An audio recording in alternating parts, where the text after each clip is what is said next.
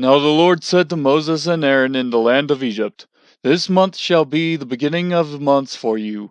It is for to be the first month of the year to you. Speak to all the congregation of Israel, saying, On the 10th of this month they are each one to take a lamb for themselves, according to their fathers' households, a lamb for each household. Now if the household is too small for a lamb, then he and his neighbor nearest to his house are to take one according to the number of persons in them, according to what each man should eat. You are to divide the lamb. Your lamb shall be an unblemished male a year old. You may take it from the sheep or from the goats. You shall keep it until the 14th day of the same month. Then the whole assembly of the congregation of Israel is to kill it at twilight. Moreover, they shall take some of the blood and put it on the 2 doorposts and on the lintel of the houses in which they eat it. They shall eat the flesh that same night, roasted with fire, they shall eat it with unleavened bread and bitter herbs. Do not eat any of it raw or boiled at all with water, but rather roasted with fire, both its head and its legs along with its entrails. And you shall not leave any of it over until morning, but whatever is left of it until morning, you shall burn it with fire. Now you shall eat it in this manner, with your loins girded, your sandals on your feet, and your staff in your hand, and you shall eat it in haste. It is the Lord's Passover. For I will go through the land of Egypt on that night, and will strike down all the firstborn in the land of Egypt, both man and beast, and against all the gods of Egypt I will execute judgments. I am the Lord. The blood shall be a sign for you on the houses where you live, and when I see the blood I will pass over you, and no plague will befall you to destroy you when I strike the land of Egypt. Now this day will be a memorial to you, and you shall celebrate it as a feast to the Lord. Throughout your generations you are to celebrate it as a permanent ordinance. Several days you shall eat unleavened bread, but on the first day you shall remove leaven from your houses. For whoever eats anything leavened from the first day until the 7th day, that person shall be cut off from Israel. On the first day you shall have a holy assembly, and another holy assembly on the 7th day. No work at all shall be done on them, except what must be eaten by every person, that alone may be prepared by you.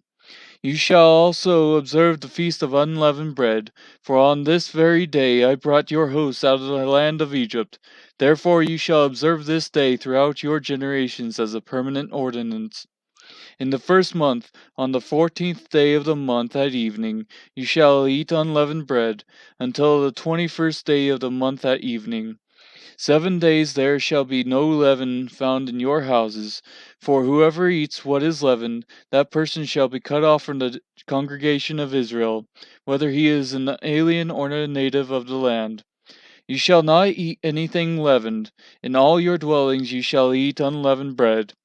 Then Moses called for all the elders of Israel and said to them, Go and take for yourselves lambs according to your families, and slay the Passover lamb.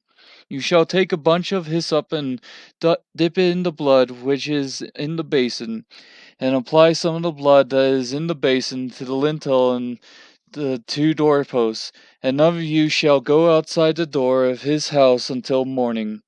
For the Lord will pass through to smite the Egyptians, and when he sees the blood on the lintel and on the 2 doorposts, the Lord will pass over the door and will not allow the destroyer to come into your houses to smite you. And you shall observe this event as an ordinance for you and your children forever. When you enter the land which the Lord will give you, as he has promised, you shall observe this rite.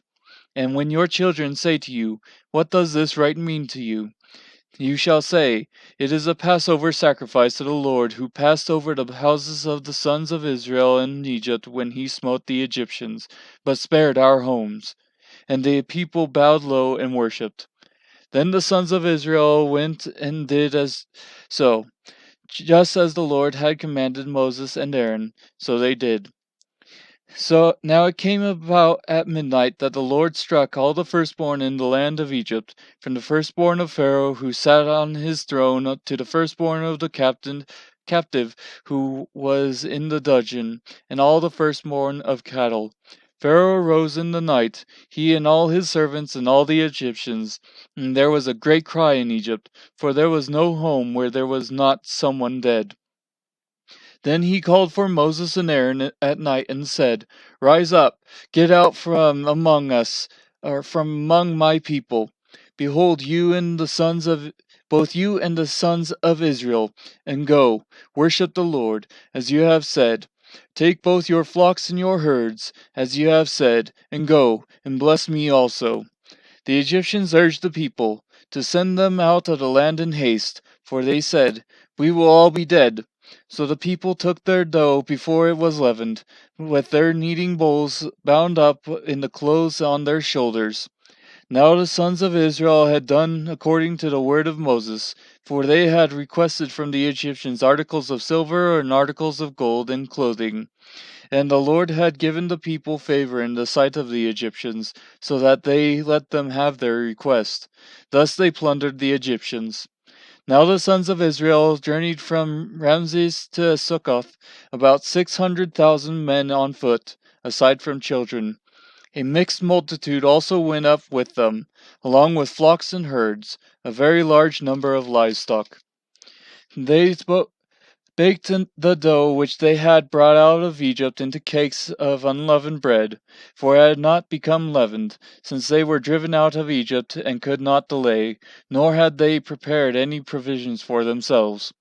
Now the time that the sons of Israel lived in Egypt was 430 years. And at the end of 430 years, to the very day, all the hosts of the Lord went out from the land of Egypt. It is a night to be observed for the Lord, for having brought them out from the land of Egypt. This night is for the Lord, to be observed by all the sons of Israel throughout their generations. The Lord said to Moses and Aaron, This is the ordinance of the Passover. No foreigner is to eat of it, but every man's slave purchased with money, after you have circumcised him, then he may eat of it. A sojourner or a hired servant shall not eat of it. It is to be eaten in a single house.